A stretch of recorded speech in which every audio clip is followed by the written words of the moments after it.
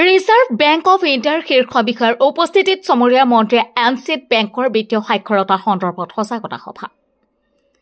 কামৰূপ জিলাৰ চমৰীয়া সমষ্টিৰ অন্তৰ্গত মন্ত্ৰীয়ে এনচি গাঁৱত ৰাইজৰ বেংকৰ লেনদেন আৰু গ্ৰাহকৰ বিভিন্ন সমস্যাৰ খতিয়ান লোৱাৰ উদ্দেশ্যে বৃহস্পতিবাৰে বিত্তীয় সাক্ষৰতা কেন্দ্ৰ চমৰীয়া আৰু মালিবাৰী চেণ্ট্ৰেল বেংক শাখাৰ উদ্যোগত বিত্তীয় সাক্ষৰতা সন্দৰ্ভত এক সজাগতা সভা অনুষ্ঠিত কৰা হয়।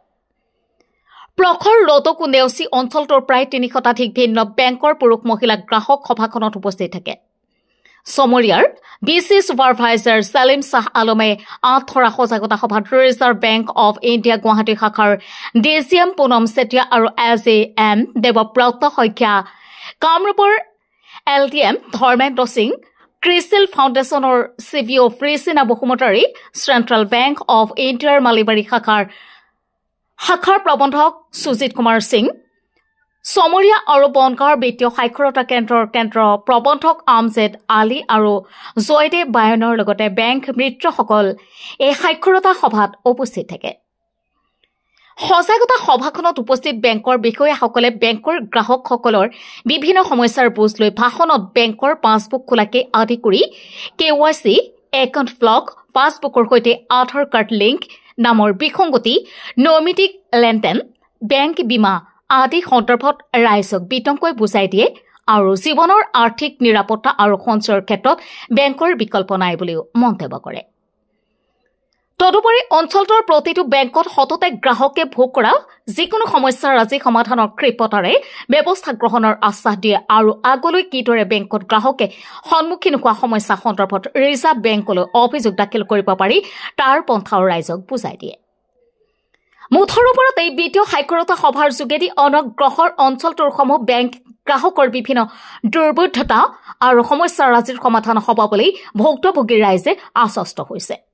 সভাৰ প্ৰাৰম্ভণিতে উপস্থিত বেংক বিষয়াসকলক উদ্যোক্তাসকলৰ তৰফৰ পৰা ফুলাম গামোচাৰে সম্বৰ্ধনা জনোৱা হয়।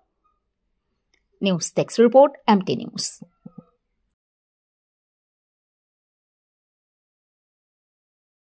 নাম আমজেদ আলী, মই CFL money wise centre for financial literacy যিটো কেন্দ্ৰ হয় চমৰীয়া শাখাৰ মই শাখা মেনেজাৰ হয়।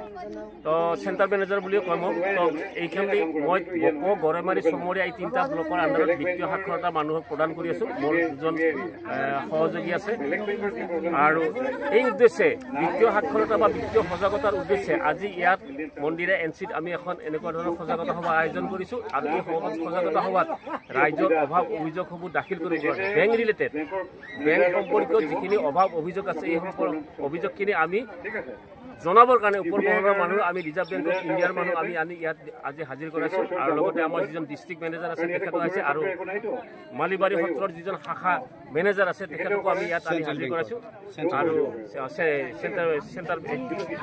চেণ্ট্ৰেল বেংক অফ ইণ্ডিয়াৰ গতিকে সকলোখিনিকে আমি আজি ইয়াত উপস্থিত কৰাইছোঁ আৰু ইয়াৰ ৰাইজেও আমাৰ লগত সহযোগ কৰিছে।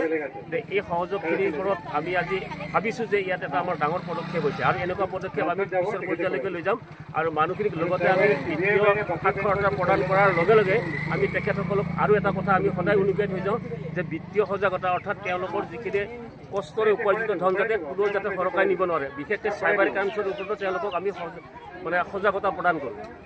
এইখিনি আমাৰ উদ্দেশ্য, মহান উদ্দেশ্য লৈ আমি পাব্লিকৰ মাজত আহিছোঁ আৰু পাব্লিকেও আমাক সহযোগ কৰিছে। উদ্যোগটো পতা আছে CFL চমৰীয়াৰ উদ্যোগত আৰু ইয়াত সহযোগ কৰিছে মালিবাৰীৰ যিটো চেণ্ট্ৰেল বেংক অফ ইণ্ডিয়াৰ মেনেজাৰ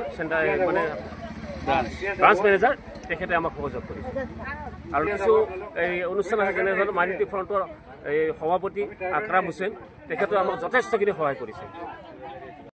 গাঁৱত চেণ্ট্ৰেল বেংকৰ পৰা বা পাঞ্জাৱ বেংকৰ বা SBI বেংকৰ পৰা মানুহ আহিছিল আমাৰ মন্দিৰ এনচি গাঁৱত। আমি ইয়াতে এখন সজাগতা সভা পাতিছিলোঁ আজি। আমাৰ আজি এই সজাগতা সভাখন পাতি আমাৰ ইমান ভাল লাগিছে। আমাৰ এই বেংকত বিভিন্ন ধৰণৰ অসুবিধা আছে, আমাৰ একাউণ্টবিলাক ব্লক হৈ গৈছে, বিভিন্ন ধৰণৰ পইচা পাতি লেনদেনৰ ক্ষেত্ৰত কি কয় চাইপাৰৰ অপৰাধীৰ পৰা পইচা লুণ্ঠন কৰি লয়।